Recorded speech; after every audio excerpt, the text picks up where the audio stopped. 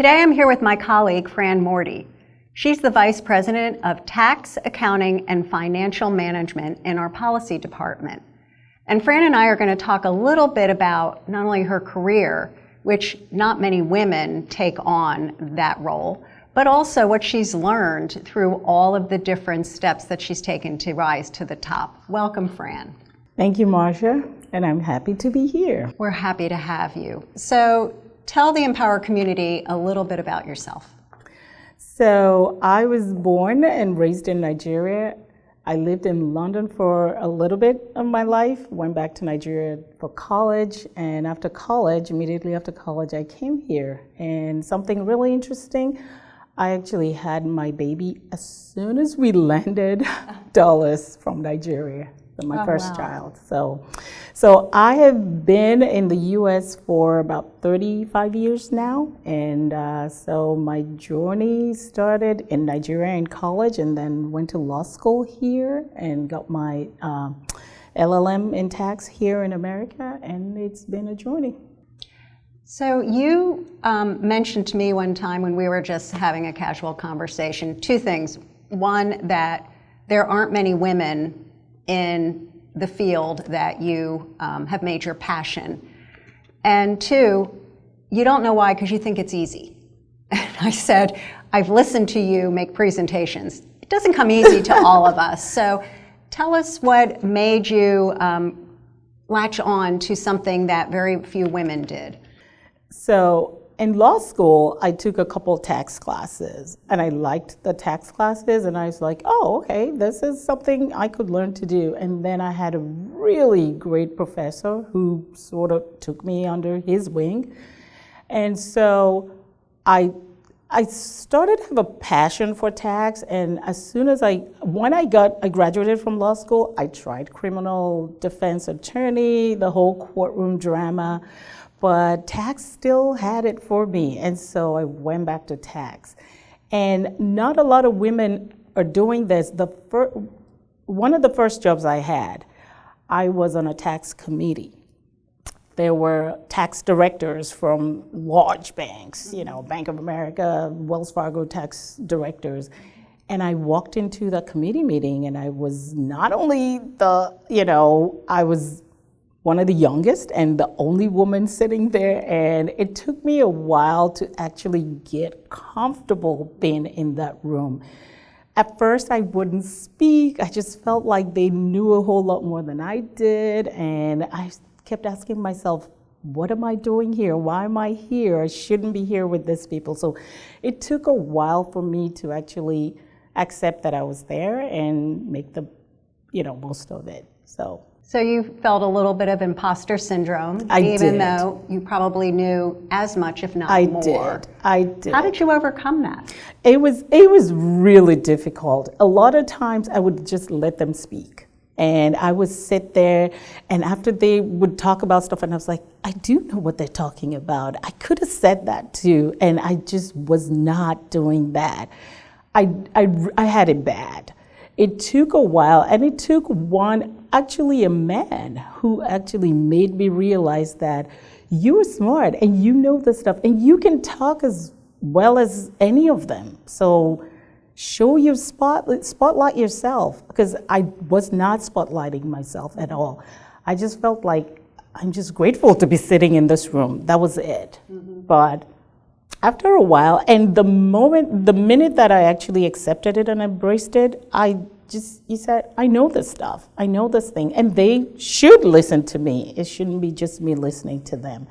And I learned valuable lessons there, but that's really helped me moving forward. Right. So you've identified one of the obstacles that women face in the workplace and how you have overcome it.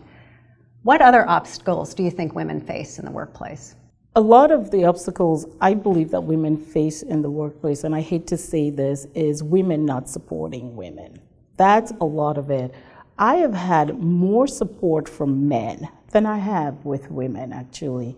And so if women are able to support women a little bit more, I think we'll have more women not having to go through what I went through. again, my boss at that time was a woman. I didn't get a lot of support from her. I actually got more support from the male tax directors. They felt like, if you're here, then you should know, you know what you're doing. And they encouraged me a lot more than my female boss did. So I think that's one of the, really bigger challenges, not getting a lot of support from, other women, and just not getting to that point where you feel like, I earned being here and I should own it. Right, right.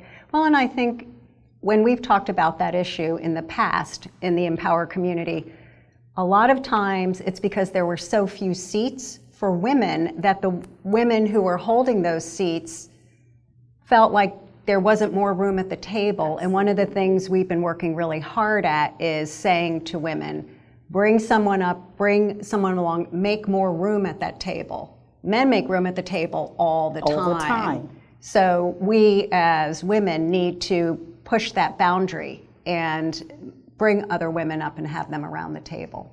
And women not being afraid to help other women, because some of them feel like, if I help you shine, that would take off some of the spotlight from me. And that's not true. So a lot of women have to understand that if I help you shine, I will shine as well. Yes. It doesn't take away my shine. Especially if they're in your leadership ranks, because if you have a bunch of stars working for you, you will shine bright. Even brighter. Yes.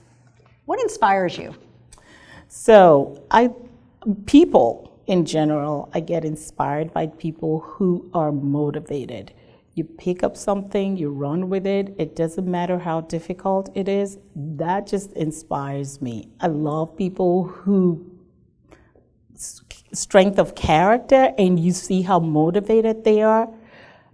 I mean, this is, here at MBA, I can name a few people that I feel are very motivated. They inspire me, and they make me want to be like them. Oh, that's awesome. That is awesome. I can name quite a few, but... That's good. Well, that means this is a good place for, and I do believe MBA, we really, truly support our colleagues and want everyone to shine. Yes. So I have one final question for you. Given that you were one of the few women and you had to overcome, your imposter syndrome, what do you believe women need to do to stand out amongst all of their colleagues? I think the biggest thing is just not being afraid to show that you're smart.